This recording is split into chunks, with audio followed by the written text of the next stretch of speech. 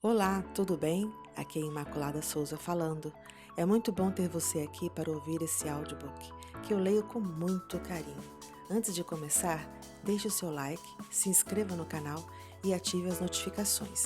Fique agora com nossa leitura de hoje. Parte 1, Capítulo 2. Colaboradores também são gente.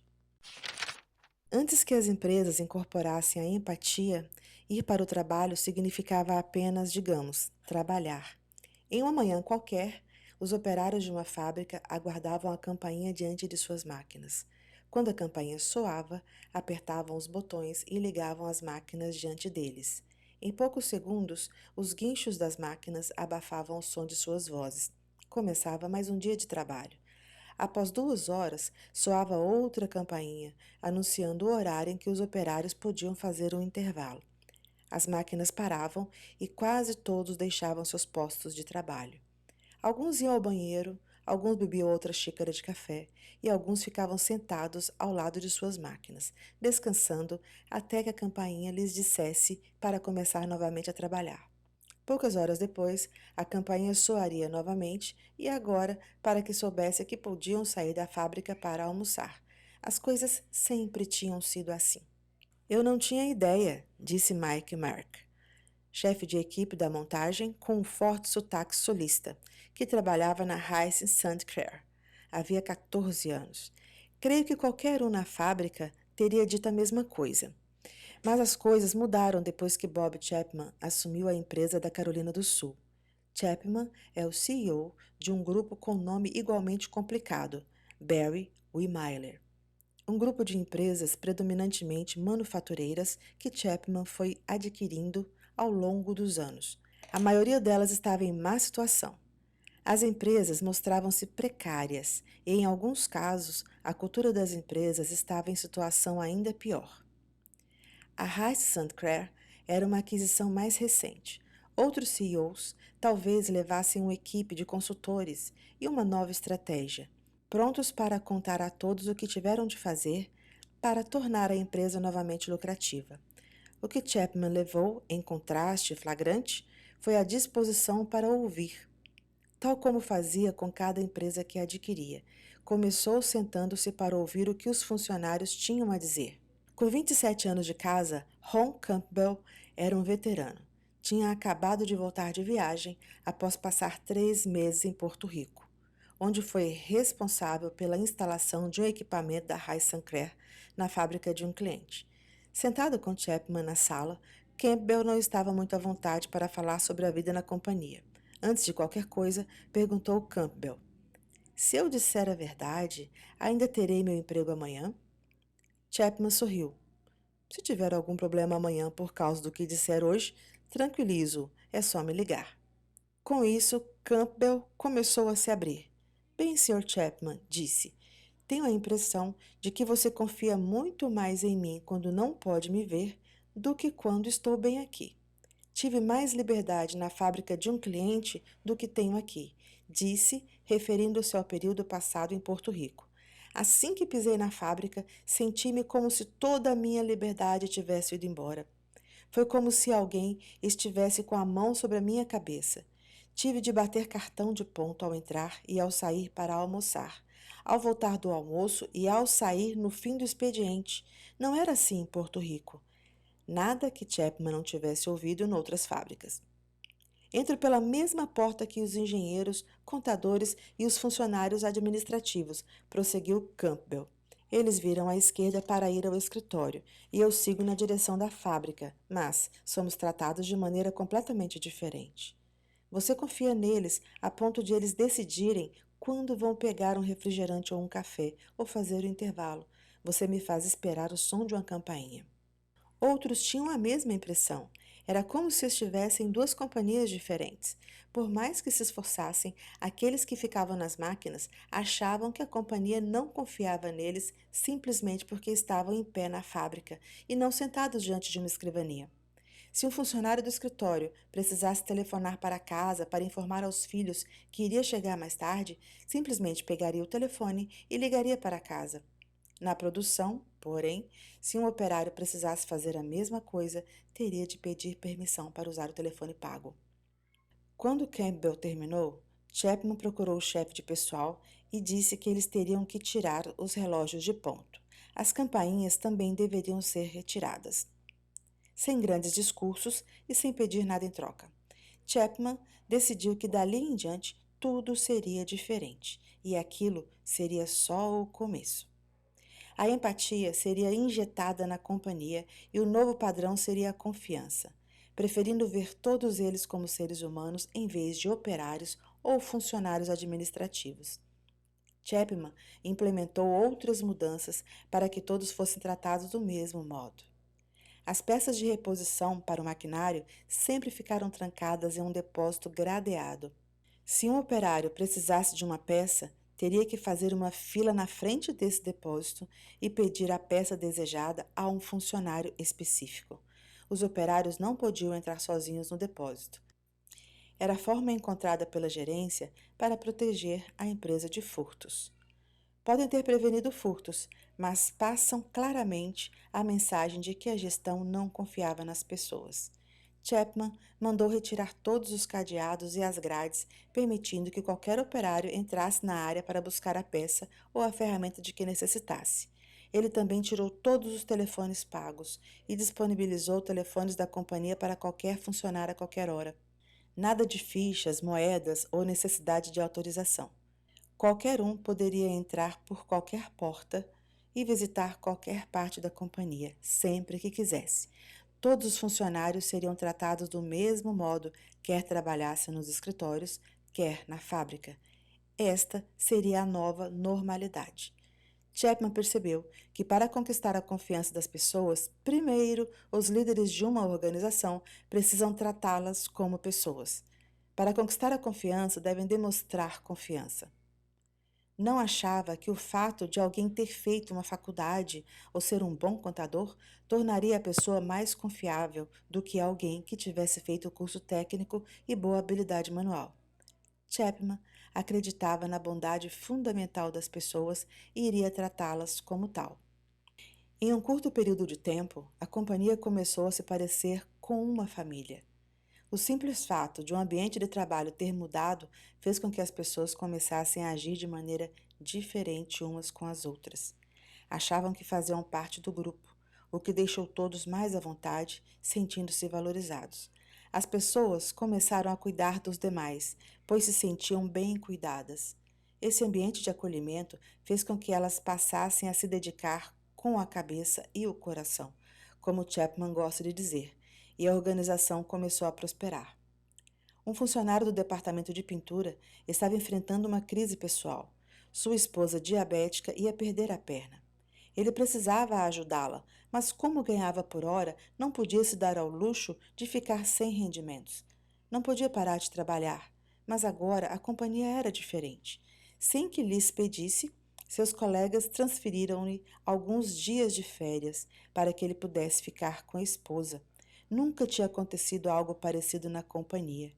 E mais, isso afrontava a política oficial da empresa, mas não fez diferença. Temos pensado mais nas outras pessoas, disse Merck. Assim, com a ajuda de alguns funcionários administrativos, foi exatamente o que fizeram. Nunca pensei que alguém pudesse gostar do trabalho, afirmou Campbell.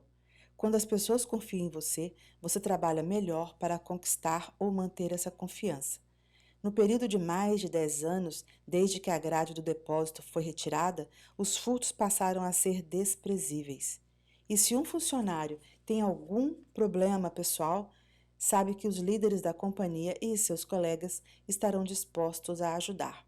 Entretanto, os colaboradores não ficaram apenas mais dispostos a se ajudar mutuamente.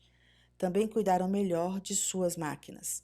Com isso, houve menos quebras e menos paralisações na linha, o que significa que as despesas também foram controladas. As mudanças não foram boas apenas para as pessoas, também foram boas para a companhia. Desde que Chapman assumiu, a Racing St. Clair viu seu faturamento passar de 55 milhões de dólares para 95 milhões, refletindo com o crescimento orgânico do investimento inicial. cresceram sem dívidas e sem a ajuda de uma reorganização gerencial assistida por consultores. A companhia cresceu por causa das pessoas que já trabalhavam lá. Dedicaram-se novamente à organização, mas não por promessas de bônus ou ameaça. Dedicaram-se porque quiseram fazê-lo. A nova cultura de atenção para com as pessoas fez com que elas e as estratégias traçadas rendessem frutos. É isso que acontece quando os líderes de uma organização escutam as pessoas que trabalham nela. Sem coerção, força ou pressão, as pessoas trabalham juntas com tranquilidade, ajudando-se mutuamente e fazendo a companhia progredir. O trabalho com a sensação de obrigação é substituído pelo trabalho com a sensação de orgulho. E ir trabalhar pela empresa vira ir trabalhar pelos outros. O local de trabalho não é mais um lugar temível, mas um lugar onde as pessoas se sentem valorizadas. Vemos aquilo que queremos ver. Chapman gosta de contar a história sobre a primeira vez que visitou a Hyacinth St. Clair, 5 anos antes da transição de que falam Mike Merck e Ron Campbell. Isso foi pouco antes de Chapman adquirir a companhia. Como novo CEO, ninguém sabia quem era ele e nem prestaram atenção nele enquanto bebia uma xícara de café antes de sua primeira reunião. Todos estavam esperando o começo da jornada de trabalho. E aquilo que Chapman viu enquanto estava sentado na cafeteria naquela manhã de março de 1997 deu início ao seu experimento na companhia. Viu algo que nunca tinha visto antes em todos os seus anos como empresário. A cena foi tão poderosa que o forçou a reexaminar praticamente todas as lições que tinha aprendido sobre a gestão de empresas. O que viu na Heinz St. Clair se tornou a base para a forma como Chapman conduziria sua operação. Mais importante, transformou o modo como lidaria com as pessoas que trabalhavam para ele. Sentado no seu café, Chapman observou um grupo de funcionários tomando café da manhã antes de irem trabalhar e estavam se divertindo, contando piadas, rindo, como velhos amigos. Estavam fazendo apostas sobre uma importante partida de basquete que seria transmitida naquela noite. Entendiam e pareciam desfrutar da companhia dos demais. Porém, assim que se levantaram para começar a rotina do dia, Chapman percebeu uma mudança drástica em seus semblantes. Como se obedecessem a um sinal, seus sorrisos foram substituídos por uma expressão pesada. O riso cessou, a camaradagem evaporou, a energia parecia ter se esvaído deles, disse Chapman. Chapman foi tomado por uma sensação de desespero. Ele já tinha adquirido empresas estressadas como aquela, tinha passado algum tempo com funcionários antes, mas por algum motivo nunca conseguira ver algo como o que vira naquele dia. Não conseguia deixar de se comover por aquilo que acabara de testemunhar e que motivou um pensamento. Por que não podemos nos divertir no trabalho, tal como fazemos quando não estamos trabalhando? Até aquele dia, Chapman tinha sido exatamente o executivo que os cursos de MBA dizem que devemos ser. Era hábil com números e adorava o jogo dos negócios. Tomava decisões com base em dados, condições de mercado e oportunidades financeiras. Era durão, se precisava ser, e conseguia encantar as pessoas caso fosse necessário. Achava que os negócios eram medidos em planilhas e via as pessoas como um entre os diversos ativos com que precisava lidar para atingir suas metas financeiras, e era bem eficiente como executivo. Antes daquele momento na cafeteria, Chapman conseguia tomar decisões difíceis com muita facilidade. A companhia, sediada em St. Louis, com um nome difícil de soletrar, estava atolada em dívidas e perto da falência quando Chapman a assumiu, logo após a morte de seu pai em 1975. Tendo em vista a situação difícil, fez o que qualquer CEO responsável teria feito em seu lugar. Dispensou funcionários quando achou necessário para atingir a meta financeira desejada, renegociou as dívidas, pediu empréstimos a bancos para manter o caixa e assumiu grandes riscos para promover o crescimento. Medidas que qualquer executivo de alto escalão teria entendido. Como resultado, a companhia voltou lentamente a dar lucro. Chapman saiu da cafeteria e foi para sua primeira reunião. Deveria ser uma simples formalidade, do tipo conhecer e apertar as mãos. Ele, o novo CEO, deveria se apresentar à equipe de atendimento aos clientes e seus funcionários mostrariam o básico para ele começar. Porém, com base no que vira naquela manhã, percebeu que ele e sua equipe tinham o poder de transformar a companhia em um lugar para o qual as pessoas gostariam de ir todas as manhãs. Por isso, decidiu criar um ambiente em que as pessoas sentiriam que podiam se expressar com franqueza, receber reconhecimento e comemorar seu progresso. Esta é a base daquilo que Chapman chama de verdadeira liderança humana. Quando as pessoas precisam lidar com perigos dentro da empresa, a própria organização se torna menos capaz de enfrentar os perigos de fora. A verdadeira liderança humana protege a organização das rivalidades internas que podem destruir sua cultura. Quando precisamos nos proteger um dos outros, toda a organização sofre. Mas quando a confiança e a cooperação prosperam internamente, ficamos unidos e assim a organização fica mais forte. Quase todos os sistemas do corpo humano existem para nos ajudar a sobreviver e a prosperar. Há milhares de anos, outras espécies hominídeas morriam enquanto vivíamos, e vivíamos, e vivíamos. E apesar de estarmos há bem menos tempo no planeta, em comparação com outras espécies, tornamo-nos rapidamente o animal de maior sucesso, o único sem rivais sobre a Terra. Tamanho foi o nosso sucesso, na verdade, que as decisões que tomamos afetam a capacidade de sobrevivência de outros animais e até de outros seres humanos. Os sistemas em nosso íntimo, que nos protegem de perigos e nos incentivam a repetir comportamentos em nosso melhor interesse, respondem aos ambientes nos quais trabalhamos e vivemos. Se pressentimos o perigo, nossas defesas se armam. Se nos sentimos seguros, junto à nossa própria gente, em nossas tribos ou organizações, podemos relaxar e nos abrir à confiança e à cooperação. Um estudo detalhado de organizações de alto desempenho, aquelas nas quais as pessoas se sentem seguras quando vão trabalhar, revela algo espantoso. Suas culturas se parecem assustadoramente com as condições nas quais o animal humano deveria atuar, operando em um mundo hostil e competitivo, no qual cada grupo buscava recursos finitos. Os sistemas que nos ajudavam a sobreviver e a prosperar como espécie também ajudam as organizações a fazer o mesmo. Não se trata de aplicar teorias de gestão da moda e nem de contratar as equipes dos sonhos. É só uma questão de biologia e antropologia. Se determinadas condições forem cumpridas e as pessoas de uma organização se sentirem seguras umas com as outras, vão trabalhar juntas e realizar coisas que nenhuma delas conseguiria realizar sozinha. O resultado é que sua organização vai pairar bem acima dos concorrentes. Foi o que Chapman fez na Barry Wimler. Quase por acaso, criou na empresa um ambiente de trabalho e uma cultura que biologicamente obtém o melhor das pessoas. Chapman e outros como ele não tentam mudar seus colaboradores, procuram mudar as condições de trabalho. Criar culturas que inspiram as pessoas a dar tudo o que têm para dar, simplesmente porque adoram o lugar em que trabalham. Este livro tenta nos ajudar a compreender por que fazemos o que fazemos. Quase todos os sistemas de nossos corpos evoluíram para que pudéssemos encontrar alimentos, mantermos-nos vivos e fazer a espécie progredir. Contudo, para uma boa parcela do mundo, e certamente em todo o mundo civilizado, encontrar alimentos e evitar perigos são coisas que não nos preocupam hoje em dia. Não caçamos e nem coletamos, pelo menos não no sentido do homem das cavernas.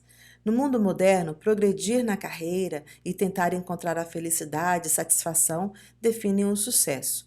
Mas os sistemas interiores que guiam nosso comportamento e nossas decisões ainda funcionam tal como faziam há dezenas de milhares de anos. Nossas mentes primitivas ainda entendem o mundo à nossa volta em termos de ameaças a nosso bem-estar ou de oportunidades para encontrarmos abrigo. Se compreendermos o funcionamento desses sistemas, estaremos mais bem equipados para atingir nossas metas. Ao mesmo tempo, os grupos com que trabalhamos também serão mais capazes de ter sucessos e prosperar. Mas, infelizmente, em nosso mundo moderno, tendo em vista os sistemas que desenvolvemos para administrar nossas companhias, o número de organizações que inspiram os funcionários a se dedicarem de verdade é uma minoria. As normas culturais da maioria das companhias e organizações atuais agem, na verdade, contra as nossas tendências biológicas naturais. Isso significa que colaboradores felizes, inspirados e realizados são exceção e não a regra. Segundo o índice de mudança da Deloitte, 80% das pessoas estão insatisfeitas com seus empregos. Quando as pessoas nem querem ir trabalhar, o progresso só se dá com muito custo e esforço e geralmente não dura. Nem nos preocupamos em medir o sucesso de uma empresa em décadas, focalizamos trimestres sucessivos. Um ambiente de negócios com foco desequilibrado nos resultados de curto prazo e no dinheiro antes das pessoas afeta a sociedade como um todo. Quando nos esforços para encontrar a felicidade ou um senso de pertencimento no trabalho, levamos esse esforço para casa. Aqueles que têm a oportunidade de trabalhar em organizações que nos tratam como seres humanos que devem ser protegidos e não como um recurso a ser explorado, chegam em casa no fim do dia com a sensação intensa de realização e gratidão. Essa deveria ser a regra para todos nós, não a exceção. Voltar do trabalho sentindo-nos inspirados, seguros, realizados e gratos é um direito humano natural ao qual todos devemos aspirar, e não um luxo moderno que apenas um punhado de felizados consegue encontrar. Chapman não transformou sua organização fazendo apenas uma coisa. Foi uma série de coisinhas que, com o tempo, afetaram drasticamente o modo de operar de sua companhia. Muitas e muitas pequenas coisas, algumas com sucesso, outras nem tanto, mas todas focalizadas naquilo que, em seu íntimo, ele sentiu que precisava acontecer. Só alguns anos depois, durante um casamento, Chapman conseguiu expressar com mais clareza e em termos mais humanos o que estava motivando suas decisões. Tendo em vista sua tenacidade e paixão pelos negócios, aquilo que Bob Chapman fala sobre o que o fez mudar de curso pode surpreender você. A espantosa responsabilidade. Sentados no banco de uma igreja, Chapman e sua esposa assistiam a uma cerimônia de casamento. O noivo estava em pé, fitando sua noiva que se aproximava. O sentimento de amor que sentiam um pelo outro era palpável. Todos os presentes podiam senti-lo. E então, como manda a tradição, o pai entregou sua filha, sua garotinha, para o seu futuro marido. É isso, compreendeu Chapman. Um pai que faria qualquer coisa para proteger sua filha entrega cerimoniosamente a responsabilidade desse cuidado para outra pessoa. Após entregar a mão de sua filha, ele vai tomar seu assento no banco da igreja, confiante no fato de que seu novo marido irá protegê-la, tal como ele fez. Numa empresa, é exatamente isso que acontece, percebeu Chapman. Cada um dos colaboradores é filho ou filha de alguém. Como um pai, o líder de uma companhia é responsável por essas vidas preciosas. Cada um dos funcionários é filho ou filha de alguém. Os pais trabalham para oferecer a seus filhos uma boa educação e o melhor da vida, ensinando-lhes a lição que irão ajudá-los a crescer e a ser felizes, confiantes e capazes de usar todos os talentos com que foram abençoados. Então, esses pais entregam seus filhos a uma companhia na esperança de que os líderes dessa empresa tenham por eles o mesmo amor e carinho. Nós, as organizações, somos agora responsáveis por essas vidas preciosas, diz Chapman, cerrando as mãos com a convicção de um pregador devoto. É isso que significa ser um líder. É isso que significa construir uma companhia forte. Ser líder é como ser pai. E a empresa é como uma nova família, que cuida de nós como se fôssemos seus próprios filhos, na saúde e na doença. E se tivermos sucesso, nosso pessoal vai assumir o nome da nossa empresa como um sinal da família a qual são leais. Aqueles que trabalham na Betty Wemler falam de seu amor pela companhia e pelos colegas. Usam o logotipo ou o nome da empresa com orgulho, como se fosse seu próprio nome. Defendem a companhia e seus colegas como se fossem sua própria carne e sangue. E no caso de quase todas as organizações desse tipo, as pessoas usam o nome da empresa como um símbolo de sua própria identidade. A grande ironia disso tudo é que, na verdade, o capitalismo funciona melhor quando trabalhamos como deveríamos, quando temos a chance de concretizar nossas obrigações humanas.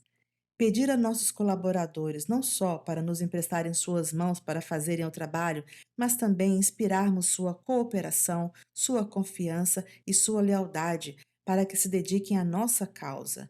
Tratar as pessoas como familiares e não como meros empregados. Sacrificar os números para salvar as pessoas e não sacrificar as pessoas para salvar os números. Líderes de organizações que criam um ambiente de trabalho como deveríamos encontrar, não sacrificam a excelência ou o desempenho simplesmente porque colocam as pessoas diante de tudo. Pelo contrário, essas organizações estão entre as mais estáveis, inovadoras e de alto desempenho em seus setores de negócio. Infelizmente, é comum os líderes das companhias verem as pessoas como meios para chegar aos números. Os líderes das grandes organizações não veem as pessoas como bens a serem administrados, para ajudá-los a ganhar mais dinheiro. Veem o dinheiro como um bem a ser administrado para ajudar seu pessoal a crescer. É aqui que o desempenho realmente conta. Quanto melhor o desempenho da organização, mais combustível terá para construir uma organização ainda maior e mais robusta, que alimenta os corações e almas daqueles que trabalham nela. Em troca, seu pessoal fará o máximo para ver a organização crescer, crescer e crescer. Ver o dinheiro como um subordinado das pessoas e não o contrário é fundamental para a criação de uma cultura na qual as pessoas se unem naturalmente para que o negócio progrida. E é a habilidade de levar o pessoal a fazer o que precisa ser feito que cria um sucesso estável e duradouro. Não é o gênio lá no alto dando instruções que engrandece as pessoas. São grandes pessoas que fazem o sujeito lá no alto parecer um gênio. Não posso ser acusado de ser um idealista maluco, de imaginar o mundo no qual as pessoas adoram ir trabalhar. Não posso ser acusado de estar fora da realidade por acreditar na possibilidade de um mundo no qual a maioria dos líderes empresariais confiam em seu pessoal e a maioria das pessoas confia em seus líderes. Não posso ser um idealista se essas organizações realmente existem. Das fábricas às empresas de tecnologia, do Corpo de Fuzileiros Navais dos Estados Unidos às repartições públicas, temos exemplos gritantes dos resultados positivos que uma organização pode obter quando as pessoas que trabalham nela estão dispostas a se tratar não como adversárias, concorrentes ou opositoras, mas como aliadas de confiança. Já temos perigos demais lá fora. Não há por que fazer com que as organizações aumentem esse perigo acrescentando as ameaças internas. Só 20% dos norte-americanos amam seu trabalho. Chapman e outros como ele nos convocaram para ajudá-los a fazer esse número aumentar. A questão é: será que temos coragem? Vamos criar mais organizações que priorizem a atenção para com os seres humanos. Como líderes, nossa única responsabilidade é proteger nossos colaboradores e, ao mesmo tempo, nossos colaboradores vão se proteger uns aos outros e fazer com que a organização cresça com eles. Como funcionários ou membros do grupo, precisamos ter coragem para cuidar um dos outros quando nossos líderes não o fazem, e ao fazê-lo, tornamo-nos os líderes que gostaríamos de ter. Olá! Espero que tenha gostado da leitura de hoje. Antes de sair, deixe seu like, se inscreva no canal e ative as notificações para saber das novas postagens. Grande abraço, bye bye!